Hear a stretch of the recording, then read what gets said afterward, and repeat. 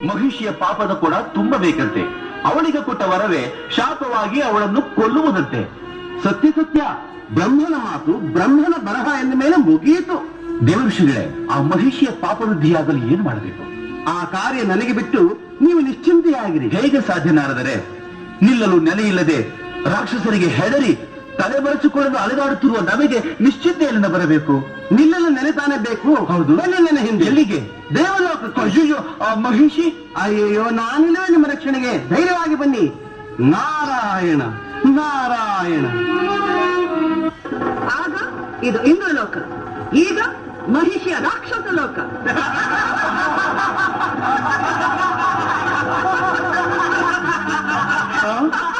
ನಾರಾಯಣ ನಾರಾಯಣ ನಾರಾಯಣ ನಾರಾಯಣ. ದುಶುಂಡಿ, ಮುದ್ಕರ, ಈ ದೇವತಾ ಪಕ್ಷಪಾತಿ ಇಲ್ಲಿಗೇಕೆ ಬಂದ? ದೇವತಾ ಪಕ್ಷಪಾತಿಯರ ಮಹಿಷಿ ಯಾರು ಪದವಿಯಲ್ಲಿರ್ತಾರೋ ಅವರ ಪಕ್ಷಪಾತಿ. ಈಗ ಈ ನಾರದ ದಾನವರ ಹಿತೈಷಿ. ಯಾರ ಹಿತೈಷಿ ಆದ್ರೂ ಆಗು, ಇಲ್ಲಿ ನಿನಗೇನು ಕೆಲಸ? ಆಕಾಶ ಮಾರ್ಗದಲ್ಲಿ ಬರುತ್ತಿದ್ದೆ.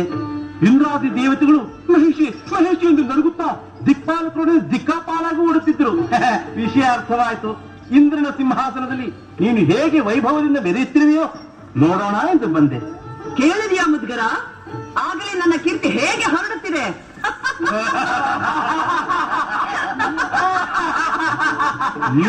ನಾರಾಯಣ. ಏ ನಾರದ, ಈಗ ನಾನು ಹೇಗೆ ಕಾಣುತ್ತೇನೆ?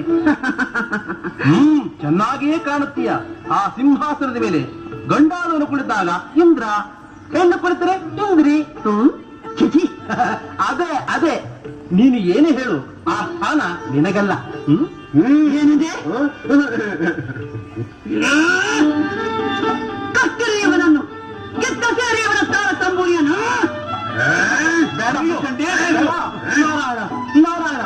ಗುಬ್ಬಿಯ ಮೇಲೆ ಬ್ರಹ್ಮಾಸ್ತ್ರವೇ ಬೇಡ ಮಹಿಷಿ, ಬೇಡ. ನಿನ್ನಂಥ ಪೌರುಷವಂತರು ನನ್ನ ಮೇಲೆ ಸಿಡಿದಂತೆ ಗತಿಯೇನು? ನನ್ನ ಮಾತಿನ ಅರ್ಥ ಹೀಗೆ: ಇಂದ್ರ ಸ್ವರ್ಗದ ಒಡೆಯನಾದ್ರೂ ಒಂದೊಂದು ದಿಕ್ಕಿಗೆ ಒಬ್ಬೊಬ್ಬ ಅಧಿಕಾರಿಯನ್ನು ಇಟ್ಟಿದ್ದ. ಯಾಕೆ? ಯಾಕೆ? ಅಧಿಕಾರ ನಡೆಸುವುದಕ್ಕೆ, ದತ್ತ ತೋರಿಸುವುದಕ್ಕೆ. ಎಲ್ಲವನ್ನೂ ನಾನೇ ನೋಡಿಕೊಳ್ಳುವನೆಂದರೆ ಯಾರನ್ನು ಒದೆಯುವುದು, ಯಾರನ್ನು ತಳ್ಳುವುದು. ನಿಜ ನಿಜ. ಇಂದ್ರ ಸೋತ, ನಿನ್ನ ಕಾಲಡಿ ಬಿದ್ದ, ಶರಣಾಗತನಾದ. ಅಷ್ಟು ಸಾಲದೆ ಅವರನ್ನು ಇಲ್ಲಿಂದ ಹತ್ತಿ ನಿನ್ನ ಅರಮನೆಯನ್ನು, ನಿನ್ನ ಲೋಕವನ್ನು ಬಿಟ್ಟು ಎಷ್ಟು ದಿನ ಇಲ್ಲಿರ್ತೀಯ? ಅದಕ್ಕೆ